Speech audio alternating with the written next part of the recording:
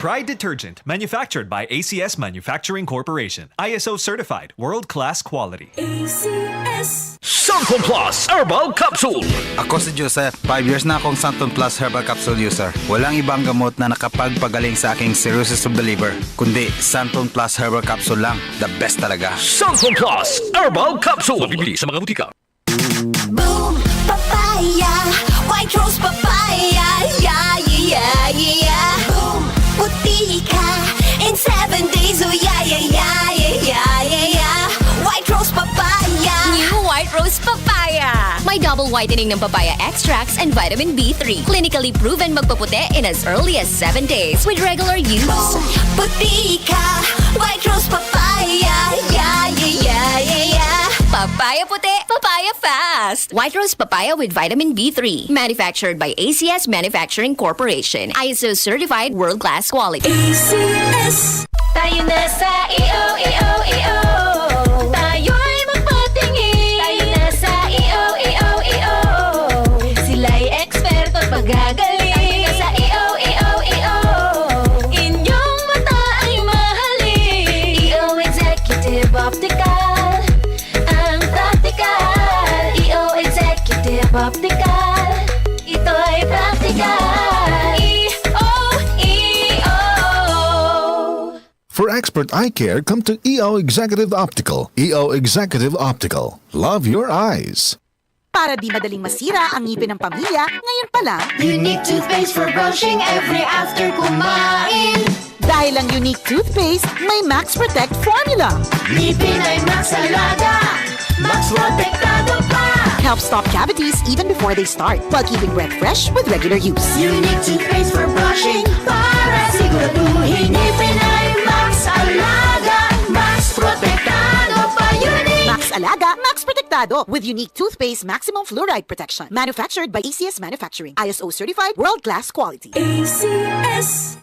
Santon Vitamin C. Ang alkaline na vitamin C. Ako si Eric. Dati ang hina ng katawan ko. Maambunan lang ng konti. Nagkakatrangkaso na agad ako. Pero after ko mag-take ng Santon Vitamin C regularly, malakas ng katawan ko. Santon Vitamin C. Ang alkaline na vitamin C. Mabili sa pinakamalapit na butika sa inyong lugar. Sa panahon ngayon, kau ba'y sigurado? Kau ba'y protektado? Ang pamilya ay i-shield mo. Laban sa bakterya, i-shield mo. Laban ng pating virus, i-shield mo. Shield Bath Soap. Patay ang 99.9% of bacteria and virus tested. Bilib ang mga eksperto sa Philippine Nurses Association. Sa sakit protektado, i-shield mo. Pamilya protektado, i-shield mo. Shield Bath Soap, manufactured by ACS Manufacturing Corporation. ISO certified, world-class quality. ACS. Santon Plus Coffee Mix. Ako si Spyro, isa kong fitness coach. Kasali sa workout routine ko ang Santon Plus Coffee Mix. Gusto kong kombinasyon ng soya, malunggay at santon. Suwabe sa lalamunan. Santon Plus Coffee Mix. Kape na, gamot pa. Mabibili sa mga butika. Mula sa #1 Smart Dishwashing Paste. Tanggaling-galing mo! Smart dishwashing paste ko. Pritong ulam na masebo, plato at kaldero. Tanggaling for everyday. Ganyan pag Smart ang dishwashing paste. May double tanggaling formula. Tanggal galing ang sebo at bakterya. Bahid para walang bahid, linis fantastic sa metal at plastic. #1 ko to. Tanggaling-galing mo, Smart dishwashing paste. Heavy duty linis bawat pahid. Smart Dishwashing Paste. Manufactured by ACS Manufacturing Corporation. ISO certified, world-class quality. ACS. Bawat boto ay may boses. Bantay Balota 2025 Midterm Election. The RMN News Special Coverage. The largest newsroom in the country will keep you informed and empowered sa mga kaganapan ngayong halalan. Kaisa nyo kaming tututok sa mahalagang desisyon ng bayan. Bantay Balota 2025 Midterm Election. The RMN News Special Coverage. Ito ang DZXL News. 558 kHz. 6 na dekadang maaasahan sa balita at serbisyo publiko. Ang himpilan ng RMN Network sa Mega Manila. Live sa radio at online. Oras 10:02.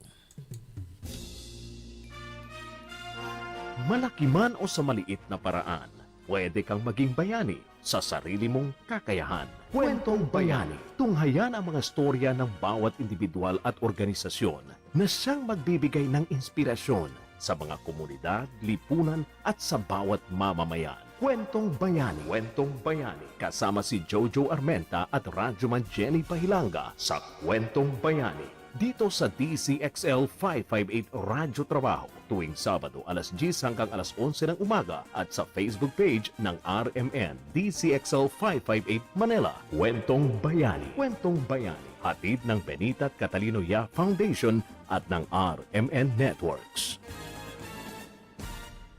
Kwentong Bayani. Kwentong Bayani.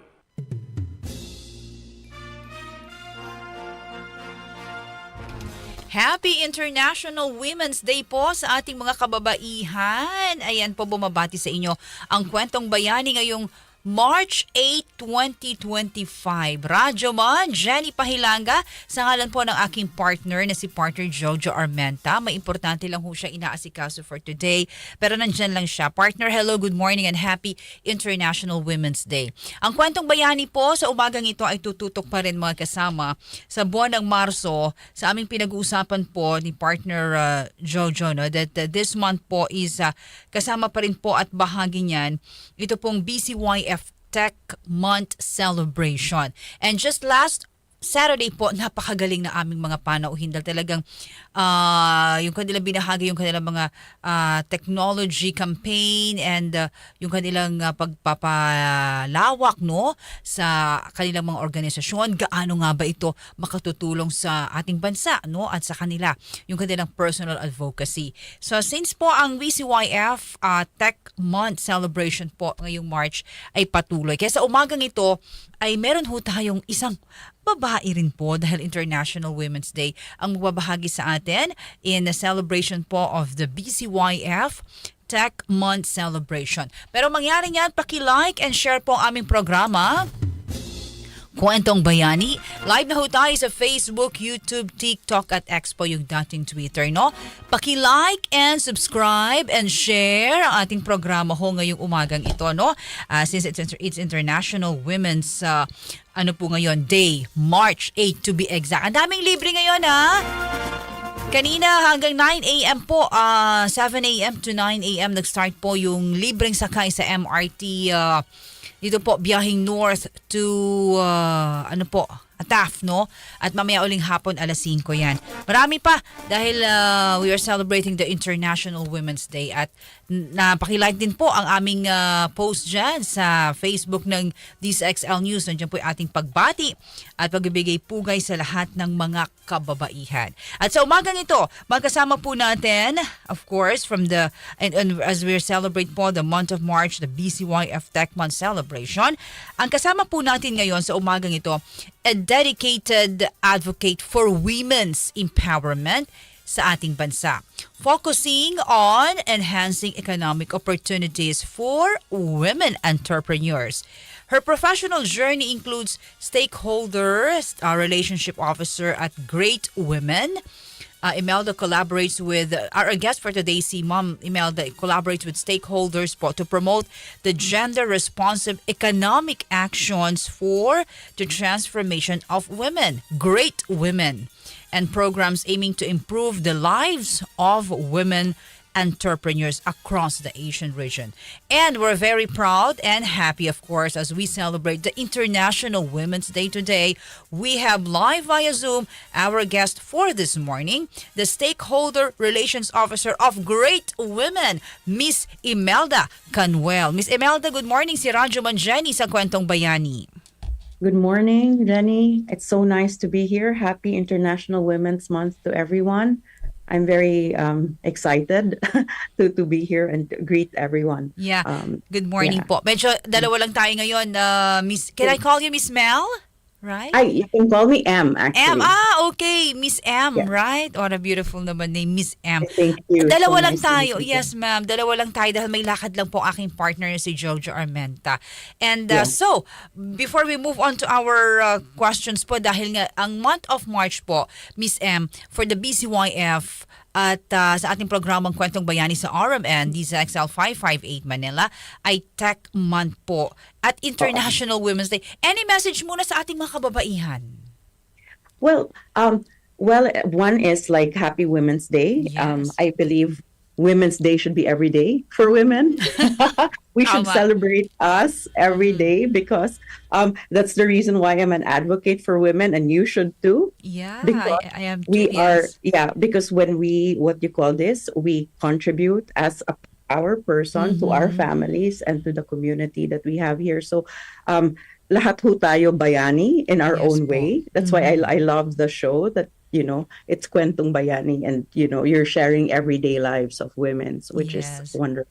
So thank you so much for having me here. Yeah, we will be having a talk more on about women later po no sa ating program. But first of all, Miss M, we would like to know more about po ang Kwentong Bayani. Live ho tayo sa Facebook, YouTube, TikTok at X po yung dating Twitter. Paki-type lamang ang DZXL News. Paki-like and share po ating programang Kwentong Bayani as we celebrate, of course, the Tech Month celebration for BCYF, and today is International Women's Day. Miss M, pakibahagi po sa amin ang inyong personal advocacy and what made you passionate about this advocacy sa great women po.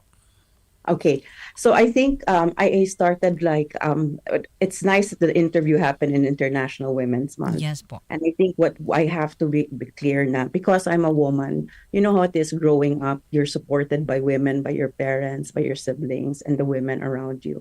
And I think that really is like the start. Another thing that that's very important to me is we are Filipinos, and the importance of showing who we are as Filipinos to others, and especially when you travel.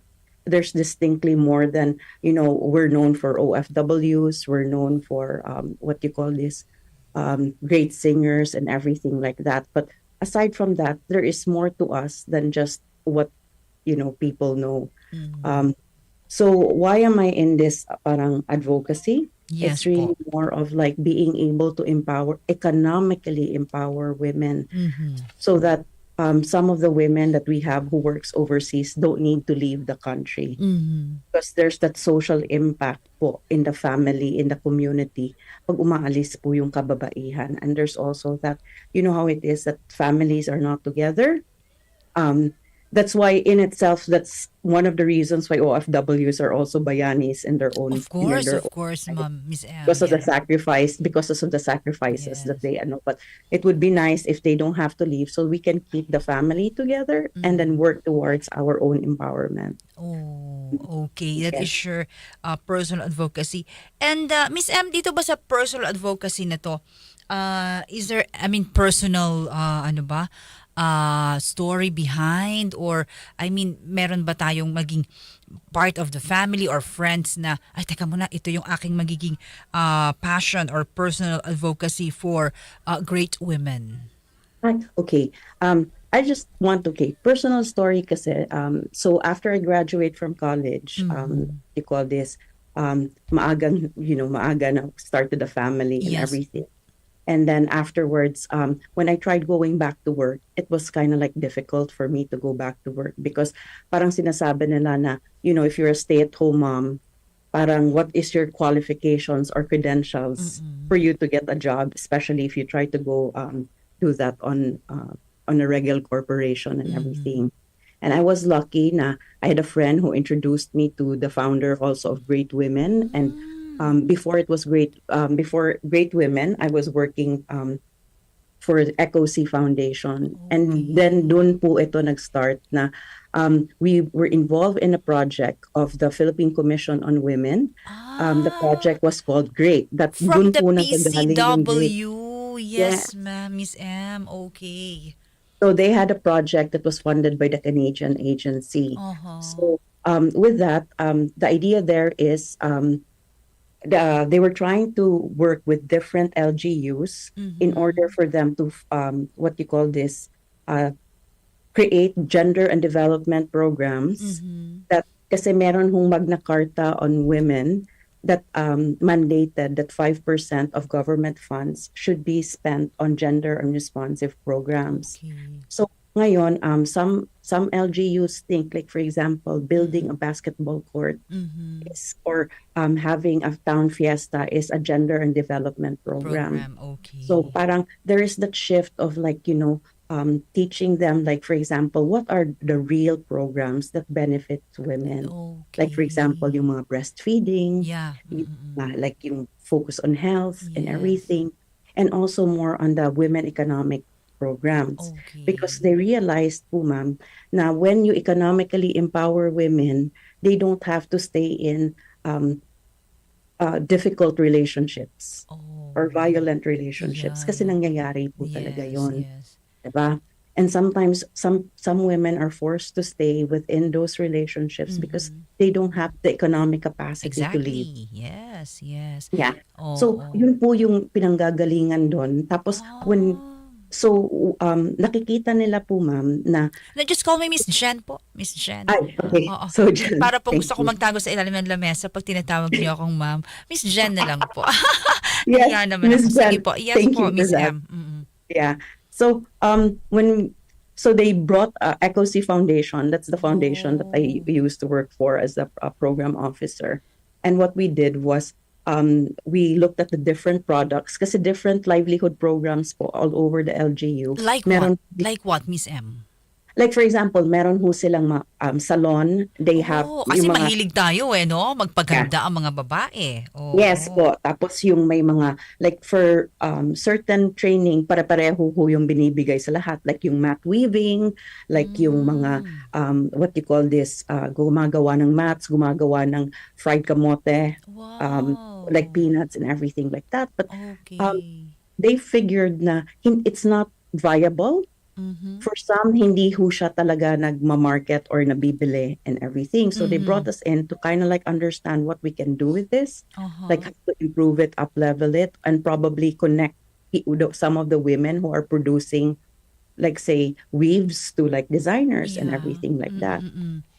So we went around the country po, ma'am. I mean, 6 areas at that time in the country. And we looked at like around 100 products. And what we did was bring in designers, food testers, and experts, parang to give them feedback, like how it can be better in terms of taste, how you can package it better. And then, for example, for like mga fabrics, probably change yung colors initially, kung ano yung available, kasi what they know is what they see lang po, especially in the rural areas or out of Manila. And sometimes what they have access to materials is also limited to what they have. What we try to do is what you have, you maximize what you have because ito yung nasa sayo diba? But and also we were working with different government agencies to see how they can assist the women better. Like for example, with packaging po. Like for example, kasi hindi ho available yung mga certain packs at that time when we started, which was back in 2012 in the different areas. Tapos yung mga coloration and everything like that. Okay, yun pala yun. Yes. So talaga palang may po kayo, no? May background talaga kayo because from PCW talaga, no? So talagang kababaihan po ang puso ni Miss M. Well, that's good, nice to hear po. Now, from that question po, Miss M, we'd like also to know, of course, no? Dito po sa ating pinag-uusapan na to, malaman din po namin, ano po sa tingin ninyo ang advantages, Miss M, no, nung pagiging babae, yan, sa larangan po ng industriya na inyong kinabibilangan? Okay. Because po, ang ginagawa namin is nag-a-address kami sa mga needs ng babae. It helps na babae din ako. Of course. Pero it's also understanding na yung superficially babae ako and then I have sort of an idea kung ano ang kung anong dinadaanan ng babae. So ang programa po namin na ginagawa is to address their needs or their needs, and in a way po na nakakatugon po sa pagkukulang ng some of the projects na before na nangyayari. For example po, no, sometimes it's difficult for women po to like attend the program because sometimes sapat lang po yung budget nila sa bahay nila. Okay, opo, Right? opo. So some of the things that we do, especially to address this, is that since kulang po yung pamasahe nila, that's part of the project planning po namin. Na at least yung pamasahe so that makapunta sila. Kasi kinukuha na rin po namin yung oras nila so that they're participating. We some of our project pay for the, like say, pamasahe, and then we're there, we what you call this, address po their parang requirements and needs. Another thing is also, there's also that proactive action, ma'am. Kasi Miss Jenny, sometimes kasi nahihiya po yung babae to ask help. There's also that call for help na, you know, you can approach us and ask us if there's any need. Not that we can address all needs po. I'm just very clear about that. There's also like, if there is something that we can help, we do. Oo, kung ano yung maitutulong, no? Yes, ma'am. Tapos another thing po na na-realize din naman po sa project is, hindi ho lahat ng hindi ho lahat ng babae pala nangangailangan ng tulong. There are some people who are proactive. There are some people po na who are just waiting for dole outs. So we want to stay with people who want to help themselves and who want to grow. Okay? So doon po kami kasi at least when binubuhusan mo yung oras, yung tao nagbubuhos din ng reciprocal na oras para din siya mag-grow at makatulong. Kasi we always believe ang Great Women po kasi is a platform of women helping other women. Okay, that's good. No, iba-iba talaga po ang pangangailangan ng mga kababaihan, ano? Yes. Oo. Like Miss M, di ba, I of course you will agree with me na dahil ngayon, on our present generation, karamihan kasi ng mga babae is working, working women na. And there are some stories na mas malaki pa nga kumita sa asawang lalaki, no? Or sa lalaki. So iba din po yung approach ninyo sa Great Women, depende sa pangangailangan ng babae. Yes, it's a nice thing that you said na there are some women who earn than men because even the relationship dynamics po nagbabago eh. I even know of some people na yung lalaki na po is yung who choose to stay and take care of the children. Especially for OFWs, right, Miss M? Yes po. So, and there's nothing wrong with that because it's about making the relationship and the family, and it's really just more of yung gender roles that we're trying to break. But at the end of it all, what is our intention and what is our hope? It's really for us to grow and be better. Yes. Miss M, would you like to give us mga kwentong bayani or programs of great women na masasabi mo talaga, Miss M, na eto talaga yung masasabi kong kwentong bayani. And ilang taon na po ang Great Women? I hope if you don't mind, Miss M. Okay. So Great Women, Great Women was founded by the project. It was launched in 2013. Oh, tagal na, Miss M. So, but it was made into a company talaga, I think around 2016. Okay. But then, because po yung advocacy po of yung women helping women, it really catches on. That's why the women in our platform are in itself bayanis because in any which form and way they can, they help in the way that they can. So, ano po yung dito, yung mga one of the stories that I'd like to share is really of this weaver community that we helped back in 2012. They started out, sinabihan po, may nagsabi po sa kanila na wag na kayong maghabi. Wala akong bibili niyan. Kasi napakamahal. And then we mentioned mahal kasi is relative because mali lang po yung market ninyo. Kasi parang depende sa market at sinong gagamit.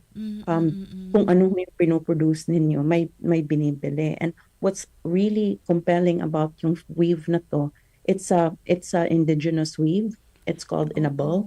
It's in Bagobo, Tagabawa. So we work with different designers. So they make use of the material. Tapos po, anong tawag na to? We were thinking of a way for them to make it work. And then so as we develop po, ma'am, one time we invited her here in Manila.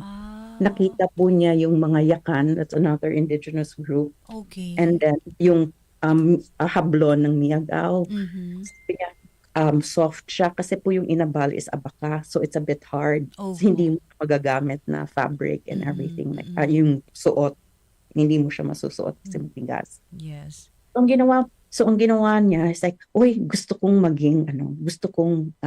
mag-hobby using cotton from abaka.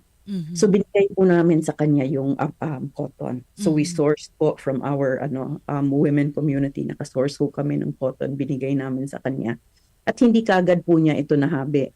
Kasi sometimes tayong mga kababaihan, meron po tayong maklaking kaba eh. Baka hindi ko kaya, hindi na nagustuhan, natatakot ako, ganyan. Even ako, going to this interview, I'm kind of like scared and hesitant. Hindi halata, Miss M. Hindi halata. Parang cool na cool lang, Miss M. Oo. Kung di mo sinabi, wala yan. And then po. Yeah. So anyway po, so so hinabi po niya after 3 months. Doon pang po siya nag-start. Nakuha na niya. After 3 months, she started. Tapos natapos yung isang buwan, nung pinakita niya sa amin, marami yung nagkakagusto. So because of that po, talagang nag-devise kami ng programa specific to the development of that. And then, nung gumagawa na po sila, it was with the help of Sun Life. I think it was with the help of what do you call this? I think at that time it was we had another grant again from Canada, so we were able to make a program specifically for that development of weaving. Na cotton na po yung ginagawa nila, na may bibili na designer at nagagamit. So continuous po yung continuous po yung paghahabi nila. Tapos yung inabal nila, they were able to make, because naging kilala sila, marami na hong interest doon sa inabal nila at nabibili na po siya. Na before, hindi po ito nabibili.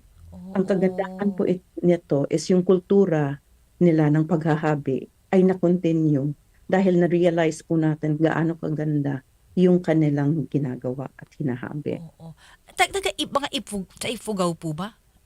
Iba din po yung sa Ifugao na ma'am. Itong sinasabi niyo po, ano po ito, province? Province is ang Bagobo Tagabawa po, they're in Davao Sur. But they're also into real Davao. You have Arlene who's there, the one in Bansalan Davao is their Sur, is Vivencia Mamites. So they're present po in different parts, and that's what's wonderful about the project, is because different organizations and women are really into helping women, that the programs really benefit the different indigenous groups and women in the areas. And you ask, bakit ba tayo nagfo-focus outside of Manila? Kasi po, if wala ho silang economic opportunities in the provinces po, pumupunta ho sila sa syudad. Diba?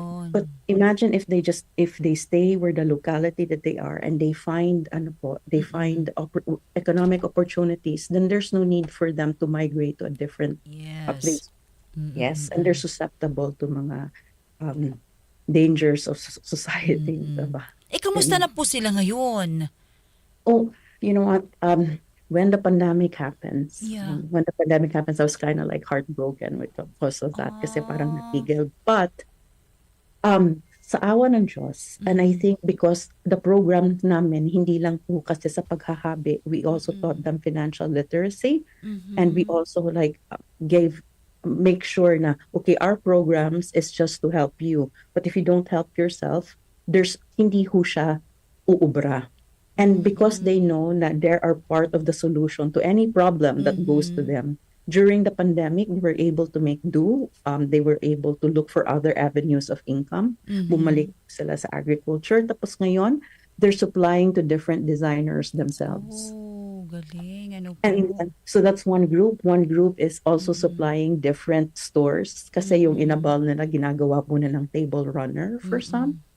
So they were able to find from there the confidence to be able to market the product themselves. Tuloy-tuloy pala.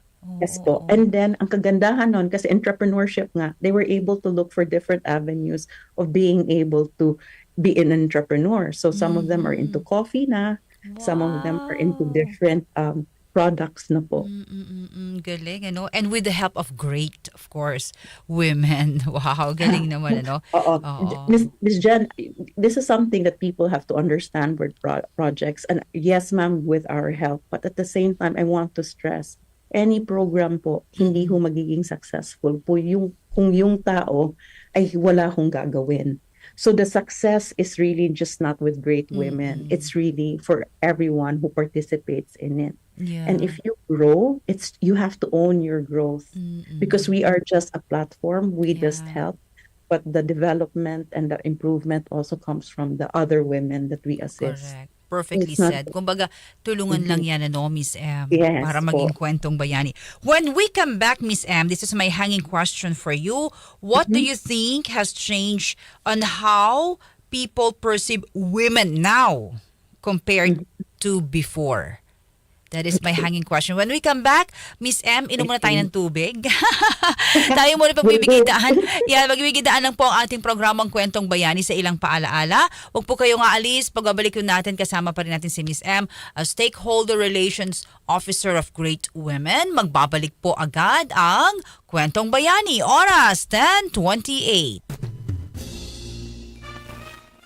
Hi, I'm Dulce, your Asia's power singing diva. From my Dulce Amor days to where I am now mentoring aspiring singers, I feel proud bringing honor to our country. At my age, I make sure I live fit and healthy with proper diet, exercise, and MX3 every day. MX3 is one of my instruments to complete the powerful rhythm and harmony of my musicality. Mahalagang paalala, ang MX3 capsule ay hindi gamot at hindi dapat gamiting panggamot sa anumang uri ng sakit. MX3, tunay, natural at original. Maulan man, no worries na amoy kulob ang damit. Charm Fabcon, bangong kumakabloom, tanggal amoy kulob sa bango ng Charm. Charm Fabcon with Bloom Fresh technology kills 99.9% of kulob-causing bacteria tested. May aroma burst pa of thousands of flowers and berries. Ang sampay sa loob, no amoy kulob. Bangong kumakabloom sa Charm. Manufactured by ACS Manufacturing Corporation. ISO certified world-class quality. ACS. Santon Plus Herbal Capsule. Ako si Jessa, 25 years old. Dati may leukemia ako. Kasabay sa pag-take ko ng aking mga gamot, ang Santon Plus Herbal Capsule. Ang laking tulong talaga ng Santon Plus. And finally, I'm a leukemia survivor. Santon Plus. Mabibili sa mga butika. Goodbye to me, Masya. Hello, bright bar blue. Isang labanan yan. Bright bar blue. Pride Bar Blue with powerful stain-away enzymes. Malupit magtanggal ng dumit mancha pero di masakit sa kamay. Goodbye to me, Masya. Hello, bright bar blue. Isang labanan yan. As tested ang cotton and polycotton. Sa mancha, malupit. Sa kamay mo, mabait. Pride Bar Blue. Manufactured by ACS Manufacturing Corporation. ISO certified world-class quality. ACS. Santon Plus Coffee Mix. Ako si Teddy, isang estudyante. Favorite ko talaga ang Santon Plus Coffee Mix dahil walang pangangasim sa tiyan. Suwabe hanggang sa huling patak. Santon Plus Coffee Mix. Kape na, gamot pa. Mabibili sa mga butika. Si Mommy at si Washing Machine believe sa Pride Washing Machine Detergent. Hello, Washi! Hello, Mommy! Laundry day na naman! Ready ka na sa mancha, chocolate, putik, libag? Kaya yan ang Pride Washing Machine Detergent. May triple stain-away formula. Tanggal ang makapit, madikit, at malupit na dumit mancha. Easy ang labada. Mula noon hanggang ngayon. All you need is pride. All you need is pride. Pride Detergent, manufactured by ACS Manufacturing Corporation. ISO certified world-class quality. ACS. Santon Vitamin C. Ang alkaline na vitamin C. Ako nga pala si Herina. Mayroon akong UTI. Sinubukan ko ang Santon Vitamin C at laking gulat ko dahil naging okay na aking paghihi. Subukan nyo rin ang Santon Vitamin C. Santon Vitamin C. Ang alkaline na vitamin C. Mabibili sa pinakamalapit na butika sa inyong lugar. DZXL News, ang himpilan ng RMN. Kwentong Bayani. Kwentong Bayani. Kasama si Jojo Armenta at Radyoman Jenny Pahilanga sa Kwentong Bayani. Oras natin, 10:31. Welcome po sa ating Kwentong Bayani ngayong March 8, 2025 to be exact po. It's International Women's Day. At ang Kwentong Bayani po ay sumasaludo, bumabati sa lahat ng mga kababaihan ng Happy International Women's Day. At syempre dahil Women's Day ngayon, kasama natin of course isang napakabuting puso sa pagbibigay po ng pag-alalay at tulong sa ating mga kababaihan, stakeholder po ng relation officer ng Great Women. We have Miss Imelda Canuel or Miss M. Miss M, balik po tayo. Good morning again. Good morning, Miss Jen. Thank you for that kind introduction again. Yes. Ang ganda ng ating sakto International Women's Day. March 8 today. Now, for hanging question kanina, Miss M, i-repeat ko lang po, I'd like to repeat. Ano po sa palagay nyo ang pagbabago or change on how people perceive women kumpara dati po, ayan. Or what do you think has changed on how people perceived women now compared to before, Miss M? Yeah. Okay. On a personal note, I'll start with the personal note. Parang bang Miss Universe ang question niya. Sige po. No, kasi I remember when I was in college back then, I was what you call this? I was considered to be the president of the organization. Oh, may we know what is the college school, ma'am? University. Parang the conversation was, okay, I don't know if it's hanging. Yeah, go ahead. Sige po. Go ahead po, Miss M. Okay. So back then the consideration was, am I fit to be a president because I'm a woman? Mm-hmm. I'm female. Yeah. That was the discussion back then. Now it's a non-starter. It doesn't even matter if you're a male or a female. Mm-hmm. It's really more of, are you capable? Are you being able? Will you deliver? Mm-hmm. Are you going to bring in what needs to be done in order for the organization to grow? And I think that's one of the parang great start difference. Mm-hmm. The parang what you call this? Parang expand na the capacity, our idea of what women can do, and it's also nag-expand din ang confidence ng kababaihan on what they can do.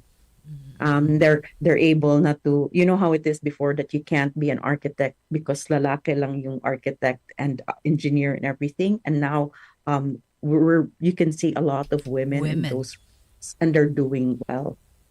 That's so true. That's one. Tapos another thing is aside from that is the career opportunities that are available for women. And then you can see again also the shift in gender roles, which I mentioned earlier, that the capacity of women to be in certain positions that before they were not even considered for it because of their gender. Yeah. So yun yung mga some of the aspects there. Mm-hmm. And it's also nice that that happens because the men in our lives also want that for us and are supporting us for it. That's the interesting thing about women when we help them. Kasi sabi, yung one of the things also was, if you help us, what are you doing for our men too? What are you doing for our children and other things like that? So, that's wonderful talaga about women. When you help women sick, you help talaga the community. I remember, Miss M, maputol ko lang, that during, I think, early 60s or 70s, pag babae ka in the family, mas pag-aaralin mo ng una yung lalaki. Yes.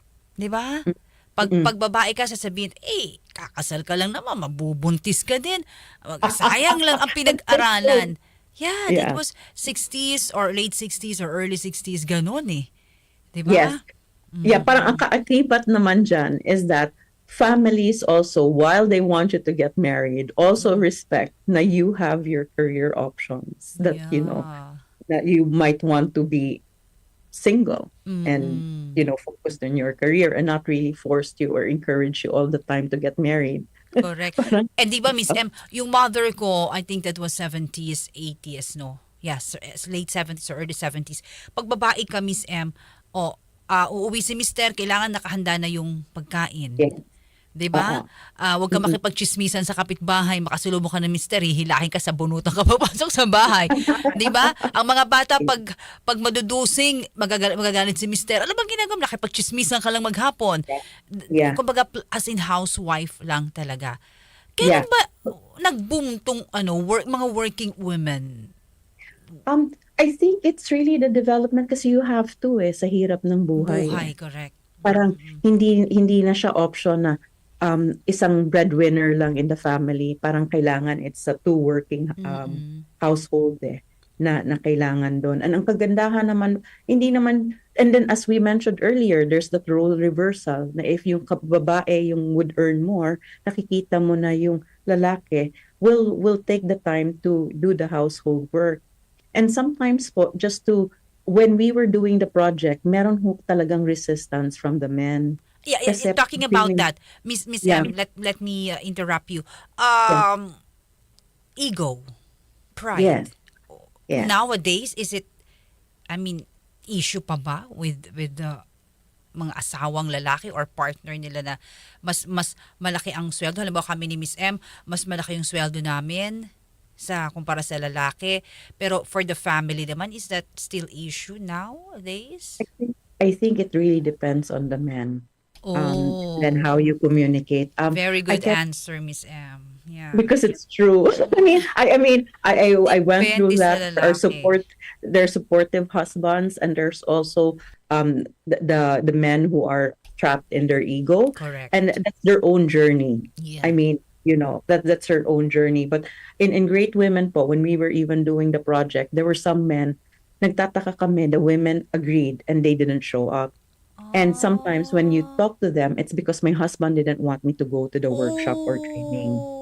So, yes, ma'am, Miss Jen, nangyayari po talaga yan na hindi. And ang ginawa po namin is nagkaroon din po kami ng training na kasama po yung the men of the Great Women participants that we have para lang po to make them understand na ito pong training namin is hindi po na mas magaling ang babae or mas umapaw ang babae kaysa sa inyo. Is that effective? Is it effective, Miss M? Yes, in a sense it was because what we really wanted for this project is really development and growth for everyone. So the explanation is, imagine you don't have to work so hard because hindi lang ikaw ang nagpro-provide for the family, but dalawa na kayo. Because you're a team working for your family, you kind of like have to help each other. And that's what we're trying to say. We're the yin and the yang of each other. Especially when what we want is really growth, development, and to provide for the family, and not to say who's better or not. But it's teamwork. I think that's Sana, the Miss M, no, ganun yung mag-couples or mag-partner, the way they look, no? Pagka nagtatrabaho na si Mrs. or mas malaki na yung kinikita, sana ganun. Kasi sabi mo nga kanina, hindi lahat Miss Jen ng lalaki ganun, the way they look at it. Pag mas kumikita na si Miss M ng malaki, kumikita na si Miss Jenny ng malaki, di ba? Papasok na yung ego, insecurity, selos, mga ganun ba, Miss M? I just want to share, I attended this one tech, especially we had this tech session workshop before, because on a personal note, I founded this organization called Code Empower. It's supposed to like help train women and girls, not just in weaving, arts and crafts and all, like what I'm into, but also in tech. Because hindi sa lahat ng aspeto ng isang komunidad, ano lang po sila, weaving or entrepreneurship and everything. Some of them, they want to focus on tech, and that's their, And in that, po ma'am, Miss Jen, in that, what you call this gathering namin, nakikita mo husbands and wives helping each other. Wow. Such a touching thing. Na I hope it's like that. Like so both of them have businesses and they kind of like support each other in the businesses that they're in, and it was really heartwarming to see that. So if the woman is the one in charge of operations, ang lalaki is in charge of business and marketing. So parang enterprise sila talaga as a team. So it's really nice. That's good, that's good. And now, thank you for sharing with us, Miss M, yung ganyan mga good stories of husband and wife, when it comes to helping each other, especially financially, no? But ang BCYF, Miss M, mga kasama po, nakikinig sa atin sa DZXL News, is now the Tech Celebration Month, March. Now, we're talking about technology. Miss M, when it comes to technology, which sector or aspect of society should we maximize technology, Miss M? Okay. Technology is a tool, and it's a powerful one. And what's wonderful is that, you have technology in the tips of your hand if you have a phone. Yeah, that's that Almost necessity. every Mm-mm. that means like everyone has technology, can access technology po. And so, like for me personally, technology can be used as education. And during the pandemic, we know this because we use Yes, this gamit na for, gamit, Miss M, di ba? yes, Mm-mm. yeah. But it's not just for our kids. It's for our personal continuous learning for us moms. Like if you want to bake, remember YouTube. A lot of people learned how to bake and cook and everything through YouTube. And then there's a lot of free courses there for anything you want to learn. It's amazing. So you can even shift your career and depending on where you are at in your growth. That's one. Second is that it's a platform for you to sell. Live If you're selling. selling and promoting your advocacy. Yes. And even here, you're streaming your through social media, through Facebook and everything. So just imagine how your message gets amplified, how your products gets a bigger audience. And I think that's wonderful about technology. Tapos, I think it's about promoting your advocacy, and for women, it provides them a place for remote work. Yeah. Oh my gosh, that's so uso right now. And it enables women who are staying at home to take care of their children and their household chores to be able to work remotely and get paid for it. Mostly mga Anytime. content creator na, no? Mga vlogger na, Miss M, di ba? And there's virtual assistants. One of my partners in this Code Empower, MK Bertulfo, she's a community. She's Filipino home-based moms. So she has a whole lot of training on how to be a virtual assistant, how to be a content creator, and all of these things are in technology and That's our tech, and you can technology. access. Yes. Ikaw, Miss M, walang plano. But that's the reason po. That's the reason po. Na even our programs now with Great Women includes tech, because there's a need for us to ensure that the tech and the capacity of tech gets knowledge. You train people as early as in their high school and everything, how to maximize the use of technology. So I think it's very important. So our programs now is into tech education, tech employment, and just in the recent Great Women Festival, we were able to launch this parang job matching for women, for stay-at-home moms Using with technology.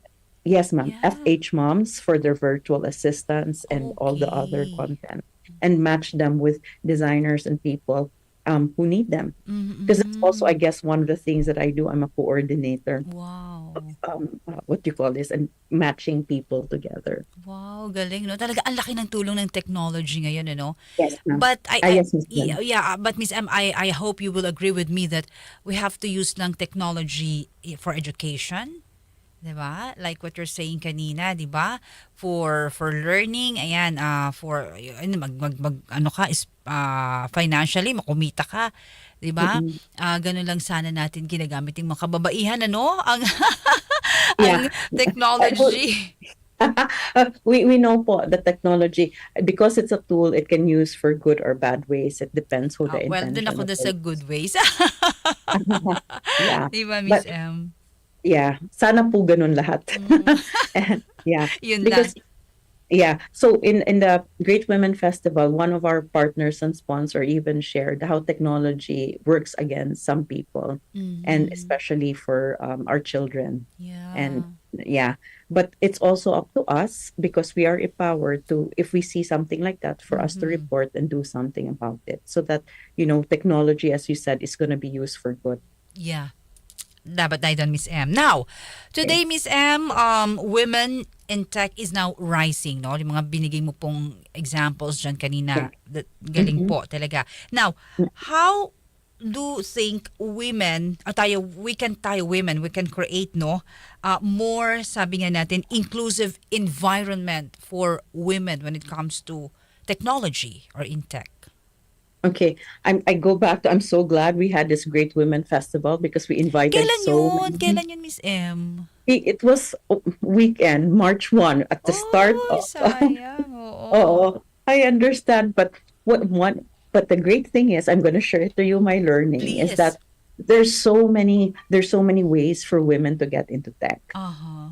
And then to develop their tech skills. So first, if they're already in tech, so kung mga kababaihan nandun na sa tech, pwede ho silang, they have the capability to do continuous learning.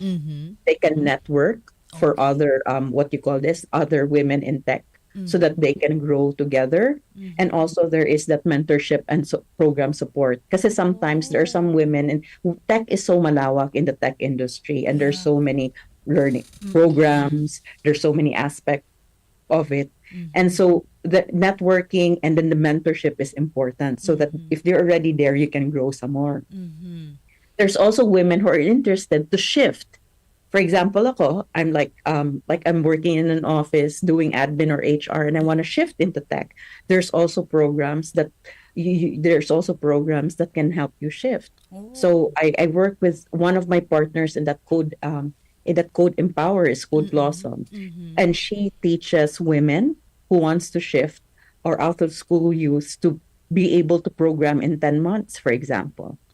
There's also like what you call this, mga NGO, like for the women, and they take in career shifters, like they're already working, like they're teachers and they want to work in tech. There's also those kinds of programs. And then for the youth naman, yung talagang wala pang tech but interested to be in tech, there's like a lot of STEM programs and scholarships even towards for women and ladies and girls to be participants of tech. Galing. Uy, kailan mauulit yan, Miss M? Next year ulit, Great Next Women year, Festival. sayang. Yeah, Galing. usually we do it on Women's Month. So, That's abangan good. po natin. Sana pala na-announce namin ni Miss Jojo. But still continuously pa rin yung ating ginagawa dito for technology, learning, and education. Oh yes, even Miss Jen, like for example, our partnership with FH Moms of being able to look for a job matching for yung graduates po niya, so that yung graduates niya sa mga programs niya on virtual assistants, for like social media content and everything like that, may mapupuntahan po na trabaho. That's one. We are working with Global Learning Access and the Philippine Corporation on Learning, and we're trying to create a module so that yung mga nasa high school students are able to be abreast with what's going on the tech world and the technology of, para we were not left behind. Exactly. And, we're not left behind. Nakakasabay na po ba tayo, Miss M? I would like to say that is always a work in progress. Okay, that's good. It's a good answer. And with that, you're a winner. We all are. When women, I always like to remind you, Miss Jen, and I think because of this program also, when women help each other, we're heroes in our own right. Ang sarap pakinggan while you're talking and giving us stories dito sa inyong naging tech na to na activity po, Miss M. Ang dami palang mga kababaihan na very much interested, no? Miss M now into technology. Yes. It is a two-way thing eh. May interested at saka meron ding nagbibigay. That's why ang Great Women po ay nagiging platform for those communities to meet. And also what's important is that once they graduate, there's also a job placement for them. So we're working with companies like Talos Digital, who is one of our sponsors, and like Chevron, to identify their needs so that these are the trainings that we will give or encourage people to give, so that there is a matching of jobs. So parang pala kami ni Miss Jojo, we're into radio broadcasting. Parang gusto namin mag-level up, maging content creator or something. Magka-aral kami, no? Yes. Diba? Aba, okay. Because you already have a lot of content eh. Yeah. So it's more of splicing, and it's also more about having like themes to what you're doing. So that, kasi, yeah, and then you can create that content and even those segments, and then you air it out. So I think that's a wonderful thing. And that's technology. Wonderful. Oh, that's technology, di ba? For Miss, yeah, that's good. Miss M, paano nyo po tinitingnan ang Great Women 5 years from now para sa ating mga kababaihan? Okay. I think because the advocacy is innate. Yeah. For women helping women. Aside from that, it's also about recognizing us as Filipinos because we want to promote our culture, our heritage. We're looking at great women travel and tours, so that ngayon people who are interested in the Filipinos are interested to search and go travel and find culture, help women and everything, are able to do so. So we have those programs, and hopefully it's something that you can watch out. Yes. And then we're also into technology. So see how our platform, our technology platform for being able to educate and train women is there. And also the job matching for those who are trained and, providing them with job opportunities. That's great, women. That's a great one, Ms. That's Jen. great, women. So, any announcement po or saan po namin kayo pwedeng ma-reach out, social media platforms, and please invite them. May mga gusto bang maging bahagi po ng great women na sa inyong pagkakataon? Miss M, today, International Women's Day. Go ahead, ma'am, for your message. Miss M. Okay, so thank you so much for having us here and being able to have a platform to speak about our advocacy and us being able to help others. But it starts with you. You have the capacity to help others as well in your own way, in your own time. For great women, please visit our website. I don't think we have a website yet, but we have an Instagram page and we have a Facebook page. So please let us know Just what you great think. women. Just type great women. Yeah, Yes, ma'am. there you go. Thank you very much sa ating si Leda ba? Leda, thank you. This is your official Facebook account? Yes. Right, And then Miss M? yes, ma'am. Yes, Miss Jen. So March 10 to 15 pala, we have a partnership with the Philippine Coffee Board and the International Women in Coffee Alliance. So there will be a booth in RCBC Plaza Galleria. Again, March 10 to 15. So we will offer Philippine coffee products from various women's groups. Wow. So the great women products will be featured in that is in RCBC Galleria. Tapos if I may plug, Go ahead, because another that I do is I'm the brand partner coordinator of Artefino. Because nga ma'am, Miss Jen, I like to coordinate, diba? So some of the women communities I work, I pair them up with designers in Artefino Fair.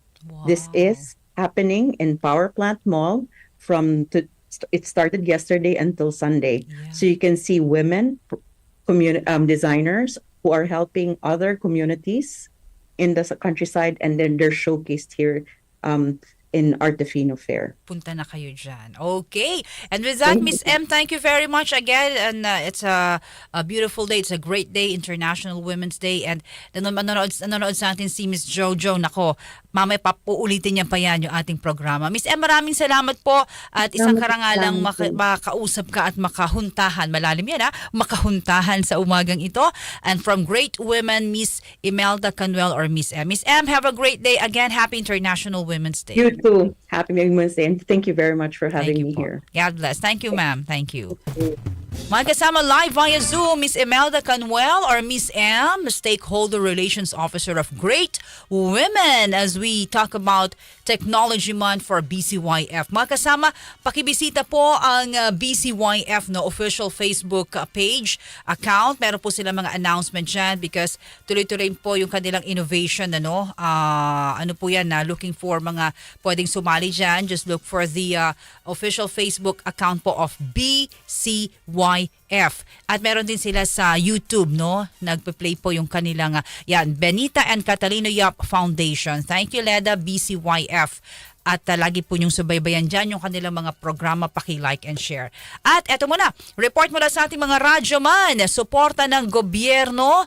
Eto po, sa mga kababaihan, dapat pag-ibayuhin. Siyempre, International Women's Day ngayon. Detalye mula, siyempre, sa ating isang pinagpipitagang babae pa rin, ang DZXL News, XL Radyoman 1, Grace Mariano. DZXL Radyoman Report. Salamat kasamang Jen, kasabay nga ng Women's Month celebration na iginiit ni House Deputy Speaker at Las Piñas Representative Camilo Villar sa gobyerno na pag-ibayuhin ang suporta sa mga kababaihan, gayon din sa mga bata at senior citizen. Ayon kay Villar, mahalaga ang papel ng mga kababaihan sa nation building, kaya dapat maproteksyonan ang kanilang kapakanan at maibigay ang serbisyong nararapat. Pangunahin ding binanggit ni Villar na dapat pangalagaan ang kalusugan at mental health ng mga kababaihan, lalo na ang mga ina at kanilang mga sanggol. Sabi ni Villar, ito ay sa harap ng tumataas na bilang ng nasasawing ina dahil sa panganganak, kaya nalalagay din sa panganib ang kanilang mga isinisilang na sanggol. Bunsod nito, binigyan din ni Villar ang pangangailangang magpasa ng mga panukalang batas para sa mga kababaihan tulad ng pagbibigay sa kanila ng flexible work arrangements o work from home program, lalo na kung buntis, gayon din ang panukalang free medical and hospitalization benefits sa mga kapuspalad na kababaihang may sakit. Kasama mo sa Kamara, Radyoman 1, Grace Mariano, Tatak RMN, DZXL 558. Maraming salamat. Papel ng mga kababaihan sa paghubog ng kasaysayan ng bansa, kinilala ni PBBM ngayong Women's Day. Detalye mo lang kay XL Radyoman 5, Chanel Salazar. DZXL Radyoman Report. Nakikiisa si Pangulong Ferdinand Marcos Jr. sa pagdiriwang ng International Women's Day ngayong araw. Ayon sa Pangulo, marapat lang nabigyang pagkilala ang mga kababaihan na bahagi ng matatag na puwersang nagpapalakas, nagsusumikap at nagbibigay ng bagong anyo sa lipunan. Malaki anya ang naging papel ng kababaihan sa paghubog ng kasaysayan ng Pilipinas, mula sa mga katipunera at Pilipinang girilya hanggang sa mga frontliner at professional. Muna sa kanilang larangan ay pinakita ng mga kababaihan ang kanilang kaalaman, talento at maging ang kanilang buhay para sa kapakanan ng nakararami. Kaugnay nito, siniguro ng Pangulo na palaging pangangalagaan ng gobyerno ang mga karapatan ng kababaihan at lalabanan ang anumang banta na hahadlang sa kanilang pag-unlad. Kasama mo sa palasyo ng Malacanang, Radyoman 5, Chanel Salazar, Tatak Arimen, DZXL 558. Maraming salamat. QCPD at LTO nagbigay ng theoretical at practical driving courses sa mga pulis. Detalye ng balitang yan mula kay XL Radyoman 3, Silvestre Rambolabay. DZXL Radyoman Report. Radyoman Jenny, nanunsyo ngayon ang pamunuan ng Quezon City Police District na ilang uniform at non-uniform personnel ng kanilang hanay ang sumailalim sa theoretical and practical driving course mula Marso 4 hanggang 9. Ang hakbang na ito ay inisyatiba ni QCPD Acting Director Police Colonel Melencio Buslig Jr. at ng Land Transportation Office. Ayon kay Police Colonel Buslig, na nilalayo nito na mapahusay pa ng mga tauhan ng QCPD ang kanilang mga kasanayan sa pagmamaneho at matiyak ang pagsunod sa mga regulasyon sa kaligtasan sa kalsada. Paliwanag pa ni Buslig na mula Marso 4 hanggang 5, inalok na sa QCPD sa Camp Karingal ang mga serbisyo tulad ng pag-renew ng rehistro ng sasakyan at motorsiklo, pag-isyo ng mga bagong lisensya sa pagmamaneho at pag-renew rin ng mga expired na lisensya. Paliwanag pa ng opisyal na ang Theoretical Driving Course o TDC ay dinaluhan ng 86 na participants habang ang 130 personnel naman ang nakibahagi sa Practical Driving Course o TDC. Kasama mo sa Quezon City, Radyoman 3, Silvestre Rambolabay, Tatak RMN, DZXL 588. Maraming salamat. Dating opisina ng isang recruitment agency sa Maynila, ipinasara ng Department of Migrant Workers. Detalye mula kay XL Radyoman 2, Joyce Adra. DZXL Radyoman Report. Ipinasara ng Department of Migrant Workers ang dating opisina ng isang recruit agency sa Ermita, Manila matapos matuklasan ginagamit ito ng dating general manager ng kumpanya na si Besilda Felipe para sa illegal recruitment. Ayon sa DMW, si Felipe na natanggal sa kumpanya noong September 5, 2024 ay nag-aalok ng trabaho sa Middle East bilang heat ventilation and air conditioning technician. Nangako niya ang suspect ng sahod na 30,000 hanggang 40,000 pesos kada buwan. Gayunman nanghihingi ito ng processing fee na 200,000 pesos hanggang 230,000 pesos sa bawat aplikante kahit wala siyang lisensya mula sa DMW. Kakasuhan ng DMW si Felipe at mga kasama nito ng illegal recruitment at isasama sa list of persons and entities with derogatory record. Kasama mo sa DZXL Manila, Radyo Man Joyce Collantes, Adra, Tatak, RMN. Maraming salamat. And with that, mga kasama, maraming salamat po sa inyong pagsama sa amin ngayong araw nito ng Sabado. Babalik tayo muli sa susunod na Sabado, alas 10 hanggang alas 11 ng umaga. Muli po sa ngalan ni partner Jojo Armenta at ang programang ito hatid sa inyo ng RMN at ng BCYF. Ako po si Radyo Man, Jenny Pahilanga. Salamat kina Don, kina Leda sa ating technical department at sa ating mga Radyo Man. Sa aming panauhin po si Miss M from Great Women. Ako si Radyo Man, Jenny Pahilanga. Hanggang sa susunod po na Sabado dito lamang sa programang Kwentong Bayani.